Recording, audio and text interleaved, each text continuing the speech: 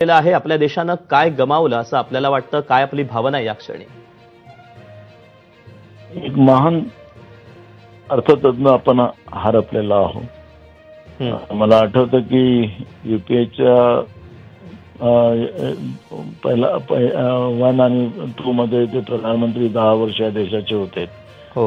आणि देशाला एक आर्थिक दिशा देण्याचं काम, देशाला आर्थिक जागतिक पातळीवर ताकद देण्याचं काम आणि एकदम साधं जीवन जगणारं हे व्यक्तिमत्व आज आपण पाहतोय की देशाची जी आर्थिक परिस्थिती ती काळामध्ये त्यांनी जी उभी केलेली होती, जी दिशा दिली होती, त्याच्यामुळेच आपला देश पुढे जाण्याला सुरुवात झाली।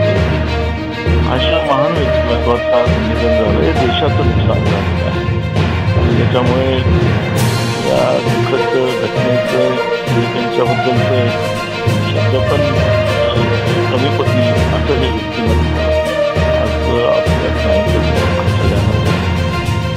खरं तर नाना बघायचं झालं तर राजकारणी सर्वच असतात, परंतु मनमोहन सिंग हे एक वेगळं व्यक्तिमत्व होतं। त्यांच्यातले कुठले असे पैलू आहेत जे तुम्हाला भावले होते?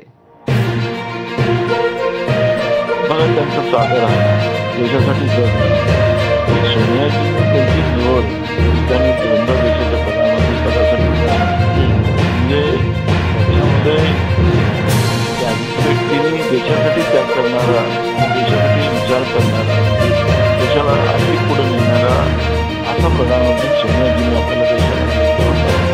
आणि त्याच्यामुळे सर्वसामान्य लोकांचं ओळख म्हणजे नरसिंहराव साहेबांच्या सरकारमध्ये ते अर्थमंत्री होते आणि त्यावेळेस पासून त्यांनी ज्या पद्धतीने गव्हर्नर होते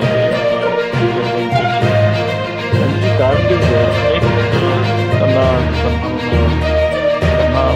अनेक सन्मान त्यांना पार केले असे व्यक्तिमत्व आहे। त्यामुळे त्यांची माझी मी खासदार असताना पाहिलं त्यांची आंदोलनांचे आर्थिक होते त्याच्यातले मी पण केला होतो। त्यांना जोडून बघा राजकीय व्यवस्थेची कधी त्यांनी केली नाही।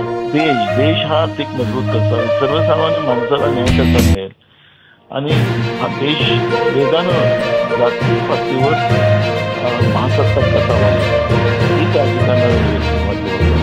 त्यामुळे मी त्यांना जवळून माझ्या कमिटीमध्ये पण मी त्यांना पाहतो, खूप साऱ्या गोष्टी शिकण्यासारख्या त्यांच्यापासून आम्हाला मिळाल्या। त्यासाठी शब्द पुढे पडतात असं हे नाना बघायचं झालं तर मुख्य आर्थिक सल्लागार, भारतीय रिझर्व्ह बँकेचे गव्हर्नर, नियोजन आयोगाचे प्रमुख, केंद्रीय अर्थमंत्री आणि नंतर पंतप्रधान अशी विविध पदं आपल्या संपूर्ण कारकिर्दीमध्ये मनमोहन सिंग यांनी भूषवली आणि इतकं सगळं भूषवून सुद्धा तसं म्हणायचं झालं तर प्रसिद्धी परांमुखच कायम ते राहिले। म्हणून त्यांना न बोलणारे बोलायचे,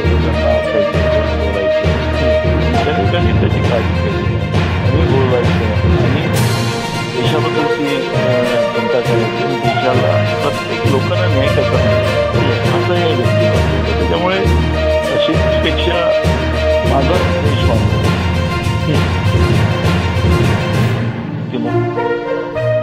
देशाला